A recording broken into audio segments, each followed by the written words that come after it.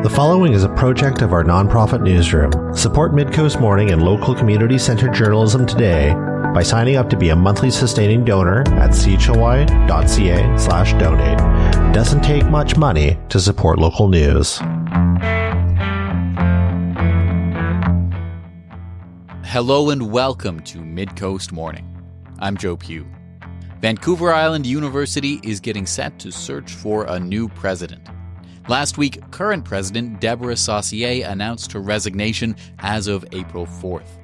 The move followed a vote of non-confidence in her leadership from the VIU Faculty Association and a call for her removal by the VIU Students' Union. The Students' Union cited what it described as financial mismanagement, a lack of transparency, a decline in services to students, and a less accessible campus as among the reasons it felt a change was needed. I got in touch with Rachel Swanson, Director of Events for the VIU Students' Union, to hear the union's hopes during this time of transition in university leadership. What did you make of the news of VIU President Deborah Saucier's resignation? I think it was definitely, there's some optimism around it, seeing that we have obviously called for this and have done a motion of non-confidence.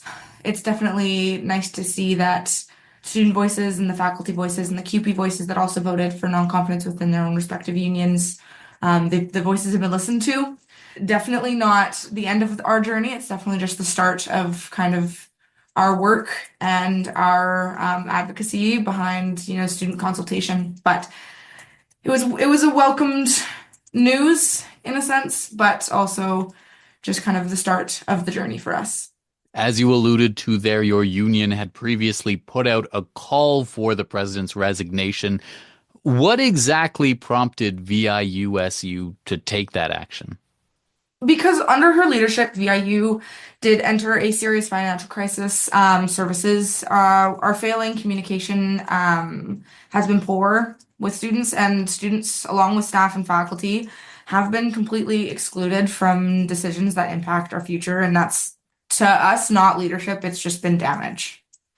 Can you go into some more detail about what exactly some of those decisions are? I think we witnessed a lot of decisions surrounding the childcare facility being shut down without kind of proper notice. All of a sudden, it was just done. Decisions like some services cuts. We've seen there's been service cuts for students without student input. The campus rec programs have been cut. Services for Indigenous students. How much responsibility do you think the president has for some of the issues your union has identified versus the broader administration of the school as a whole? I mean, it's all been under her leadership. So it has all been kind of, she could really say something if she thinks everything is wrong, but she hasn't. And so it's kind of been, she needs to be held accountable, and it's been under her guidance. How many of the issues that prompted your union to call for President Saucier's resignation are tied in some way to the school's response to the Palestinian solidarity encampment we saw on campus last year? The library hours was a big thing that we saw in reaction to kind of how the administration has reacted to the encampment.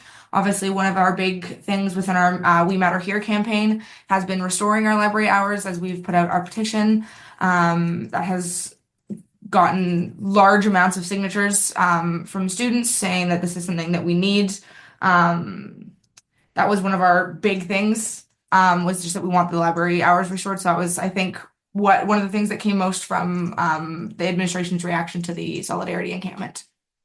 What are your hopes for the selection process for a new president for the university? A big hope for us is just that we get student consultation, that we have a seat at the table, that we have a spot for a student representative to be a part of the conversations and for a student representative to have their voice heard, and that it is a transparent process with student involvement. And we want a president that is student-centered. We want transparency, accountability, and meaningful collaboration. Could you dive more into what your hopes would be for a new president? So obviously you just mentioned there that you're hoping for collaboration with the student body. What are some of the things you'd like to see collaboration on? What is the direction you'd like to see the school take under a new president? I think a big thing for us is we'd like to ensure that students and our student voice has a seat at the tables, has the ability to be a part of decision making and not necessarily just being the decision maker, but saying, hey, this is a student focus on it. This is why we think that everywhere where decisions are being made, there should be student voice, as we are the highest stakeholders in decisions because this impacts our education and our future the most. And what was that process like? What kind of voice did you feel like students had, or even the students' union had, in decisions over the last number of years? Um, Students haven't really had the most present voice amongst the administration's decisions. A lot of it was felt very performative or selective. They didn't feel very actually meaningful. We have had various meetings with certain members of administration, but none of it felt like there was actually going to be any change based off of things that we said. And we never actually spoke to the president herself. We spoke to the VP of students, but we didn't feel that there was much meaningful collaboration happening, and there weren't spaces for us to say what we wanted to be speaking about. Beyond calling for library hours to be what they used to be, to go back to being 24/7, are there other specific measures you would like to see change on campus? Yeah, we, like you mentioned, would like to really see the full library hours being brought back. Stop targeting students with policies like blocking graduation over parking tickets, and protect the services that students depend on every day. Just encouraging more Indigenous services that have evidently experienced some kind of cuts, as well as services for international students. But yeah, just a lot of that. Is there anything you think people just in the community who aren't affiliated with the university, is there anything you'd like to share with them about your hopes at this time of a transition in leadership for the school? The future of VIU should matter to our community. We are Future VIU grads become members of the Nanaimo community. We have one of the biggest education programs that feeds directly into SD68. So future educators, we have future nurses here. So by focusing on and putting a lens of looking critically at the decisions made by the administration, because these students that are going to be graduating are going to come into these communities and impact everybody's lives. Is there anything else you think it's important to bring to the conversation at this time of change? VIU, with this change in leadership, has the opportunity to make the right decisions and to bounce back from any deficits, and has the opportunity to turn things around and to create a more meaningful, collaborative relationship with the students on campus. Particularly on the deficits point, the school's line during the post-COVID-19 pandemic phase was that enrollment was significantly down, which was the root of some of the school's financial troubles. Particularly maybe also with recent changes to rules around international students, do you see a feasible pathway out of those financial issues, like no matter who is president? Um, I mean, we're seeing a huge bloat in the administration costs. We've seen raises being handed out when we obviously don't have the funds for that. And all the things that are being cut are impacting students and not administration. We have seen Deb move her office and do a complete renovation of one of the buildings so that she could have the office that she wants and the office to the standards that she wants. And we just want to see some more financial accountability for that. Why was that decision made when she had a working office and one that was working to the best of it needed to be. The priorities on spending are not student focused, which is what they should be. They seem to be admin focused for their friends almost. Rachel Swanson, thank you so much for taking the time to speak with me. Of course, thank you so much. Rachel Swanson is Director of Events for the Vancouver Island University Students' Union. We reached out to VIU about the leadership transition. The spokesperson for the school said via email that no one was available for an interview. Midcoast Morning is made possible by the Community Radio Fund of Canada and generous listeners like you. With your support, we can expand Midcoast Morning from 2 to 3 original programs per week to cover local news, current affairs, and arts and culture. This weekend, voters in and around Oceanside will decide on the fate of substantial upgrades to the Ravensong Aquatic Centre in Qualicum Beach. A referendum will take place this Saturday to determine whether the RDN is able to borrow up to $30 million to complete the project, which has been in the works for years. The impact of property tax increases, should the borrowing go ahead, will vary by region, with residents in Qualicum Beach, Parksville, and RDN electoral areas E, F, G, and H affected. Renovations would include adding a new 4-lane, 25-meter pool, a new leisure pool, and a new lazy river to the facility. The project has also recently received a grant from the federal government of more than $7 million, which the RDN says could lessen the amount of borrowing it's ultimately required.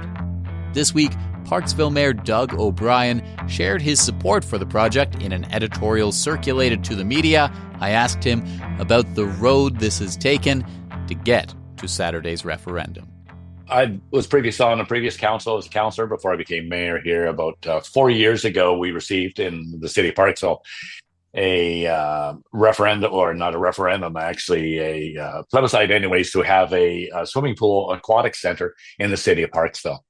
And that was at that time was because of the Ravensong pool being up in Qualicum Beach, being very overused, and it was always super crowded. So the people of Parksville thought that it would be great if we had our own pool. So that constituted a study on creating our own pool in Parksville. We went through all the initial inquiries, with the consultants and so forth to see how, if and where that would be a fit. We found out from the public what they wanted in a new aquatic center, and we put it out to our consultants anyways to come up with a plan and so forth. And to kind of make a long story short here, the plan came back, and it took a couple of years for us to get that all back to the time then when I was actually now mayor of the city of Parksville. And the reports came back and said, yes, we can do a pool for Parksville, and here's what it's going to look like. All costs in, it was going to be in the neighborhood in between $55 and $75 million. So after I picked myself up off the floor when I saw that estimate come in, I did some consultations with the people that were inquiring about having a pool in Parksville. And I said, listen, we've got the study is in, and it's a considerably a large amount of money. And unfortunately, ever since COVID, costs have escalated unbelievably high on any major project, whether it's a hospital or a swimming pool or an ice arena or any of the major infrastructure projects we have. The costs have tripled to what they were pre-COVID, I must say. So we spoke with our people, our constituents, our residents, and said, listen, this is what it's coming in at. Here's what the tax implications would be for you in Parksville. And, then they picked themselves up off the floor and they said, well, maybe we don't need a pool in Parksville after all, because it would cost way too much for the Parksville residents to bear that cost. And so we said, okay, well, let's go back to the initial possibility of the town of Qualicum Beach and the RDN were at that time, previous to us considering our own pool. We're looking for a Ravensong expansion. We said, let's bring that back onto the drawing board and see what that looks like. And let's see if we can get a Ravensong expansion that's going to address the needs of the city of Parksville. Residents that wanted more amenities, more lanes, better change rooms, just an expanded facilities. And the RDN did an amazing job. And they came back and got a an approved cost estimate and so forth on what that would look like. And thus it came to this point after many, many meetings and that type of thing, and working with the consultants once again as to what we could come up with. And so here we are today. That passed at the RDN level. So it includes not just the city of Parksville, it includes the town of Qualicum Beach as well as areas, let's see if I can get this right here, E, F, G, and E, F, G, yes, that is correct, and H, yes, for Bowser. So it included all those particular groups. And so to do any project of this size, if you have to borrow, you have to go to a borrowing referendum. And that's where we are now at the current stage that we are right now, Joe, is we're at the borrowing referendum stage. The ask on the referendum question is, do you approve the RDN borrowing up to $30 million for the Ravensong Aquatic Centre expansion? And the really good news is we received a very large grant, $7 million, just a week ago from the federal government. We applied for it, and we applied for the grant under the accessibility improvement portfolio, and we received approval of that. So that $7 million will help. Basically, the pool cost estimate was coming in at $36 million. And so we had $6 million already in reserves at the RDN to apply against it, which would take it down to $30 million. And then we received this grant of $7 million, which would drop the borrowing costs even further. But at that point, we had already set up the borrowing referendum at $30 million. So that's what we're going to the public with this week. And I want to talk a little bit more about that grant in a second. Maybe first, just to sum it all up, it all comes down to this Saturday, April 5th. I know there are advanced voting days as well. You have said that you're going to be voting yes. Can you tell me about your stance on the project? Yeah, and my particular stance on the project is it's been a lot. It's a lot of work we've done, a lot of meetings and so forth, and the consultation with the public to make sure we get the project that's right for our community. And so we've done a lot of investigation. We spent a lot of money on consultants and so forth to tell us what this is going to be, as well as those that also give us cost estimates. And so what it means to me is we're going to get a very new and improved Ravensong Aquatic Centre in the town of Qualicum Beach, which is not far for any of us, like when you consider the grand scope of coming from the big city like Victoria as I am. I know how far that, the pools were away from us in that location. So town of Qualicum Beach is a very good location. It's a good fit because we don't have to go through the land acquisition. We already have the acquisition. We already have the land there, and the pool itself is got many good features, and so we're going to add on to that. So the biggest thing that is near and dear to my heart is the fact that this new pool is going to be accessible to all. The accessibility issues is huge, and that's only because I'm an ex Special Olympic coach, and I realize that those people with persons with disabilities and persons that have mobility issues have a very hard time accessing our aquatic centers. And it's a very undignified approach when you're in a wheelchair and then you go into a lift, like an elevator, to lower you down into that pool, just so that you can have the benefit of aquatic physical therapy is absolutely essential to people with mobility issues. And it was a very undignified process. And yet now the aquatic center designers have come in with what they call a roll-in design or a beach design. It's one entry design. So basically, if you're in a mobility assisted device like a wheelchair or walker and so forth, you literally can roll yourself right into the pool, like it's just like walking onto a beach, and you're immersed in the water right away. And then, of course, once they get immersed in the water type of thing, then there's no disability anymore. They're just like everybody else. They're enjoying an aquatic center and a swimming pool, and to help them stay physically active. And water provides that opportunity. So this pool has that in place, the new pool expansion, as well as changing the change rooms and so forth to be more accessible to everybody that do have difficulties, and so forth, and so that they can attend a facility like this with dignity and to be able to have the necessary exercise that they need to just stay healthy. If this referendum doesn't succeed, what happens to the project, the potential for it to take place in some future other shape down the road? Yeah, if it doesn't succeed, it will just it'll be very disappointing and frustrating to those of us that have been working so hard for it. I can see right now, and that there is, I think a very there's a no faction in here as well that is saying no to the pool based on the fact that the tax levels are going up on everything else. And to me, it's just such an irresponsible attitude, because we have come up with a package for this pool. When if you look at the website design or website from the RDN, they actually specifically say, if you have a house worth this much dollars, here's what the tax implications can be. Joe, I don't know. I guess if it was to fail, I'd step back, walk away, shake my head, and say we did the best we could.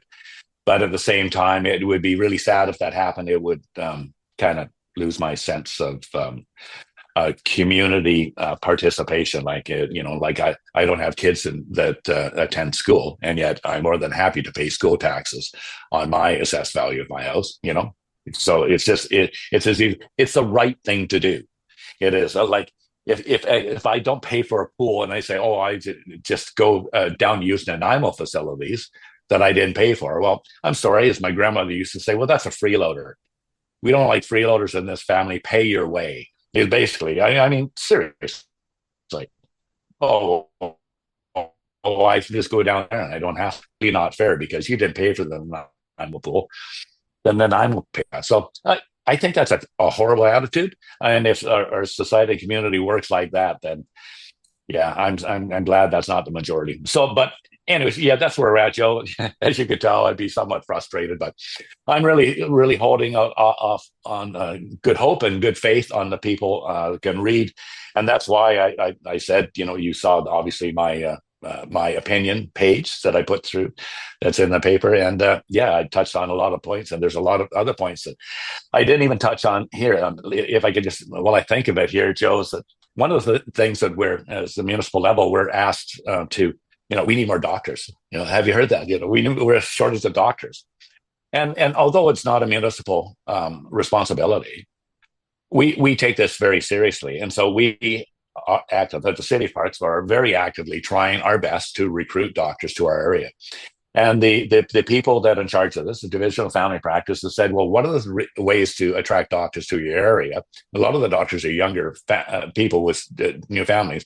They say, well, what are the aquatic centers? What are the service levels like in Parksville, Qualicum Beach? And we can say, well, we have a amazing Ravensong pool, that's accessible and and the swim lessons for young families. Well, that's a factor in actually drawing doctors to our area. We've seen, just covering the news locally in a number of communities around the Mid-Island, when it comes to capital expenditure, there seems to be an increasing level of discomfort with raising large funds to cover big capital expenditures. How confident are you that this one is going to get across the finish line? Well, I'm quite confident, because we didn't go to the AAP, because I prefer more transparency than that. I'm not a big fan of the AAP process. This to me is total transparency, where we actually put it out in the form of a referendum and saying, this is what it will cost you.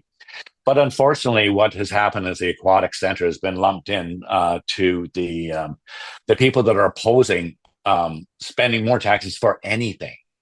Because we have a couple big ticket items that are coming to the RDN area. And the biggest one, of course, which is the NRGH, Nanaimo Regional General Hospital, has some very big ticket items coming for very worthwhile improvements, like the cancer center, catheterization lab, the towers. We have an expanded senior level facility to get people from out of the halls of Nanaimo Regional Hospital. And that comes with a very big ticket.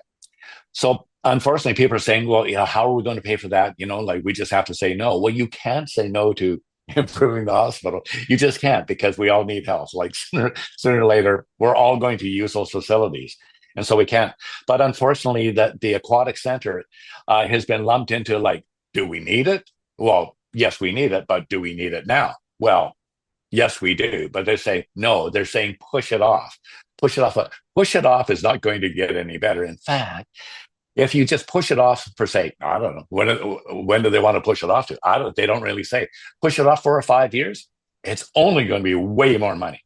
And the thing is that on this one, we have $7 million sitting almost in our bank account, but can only be used for this project.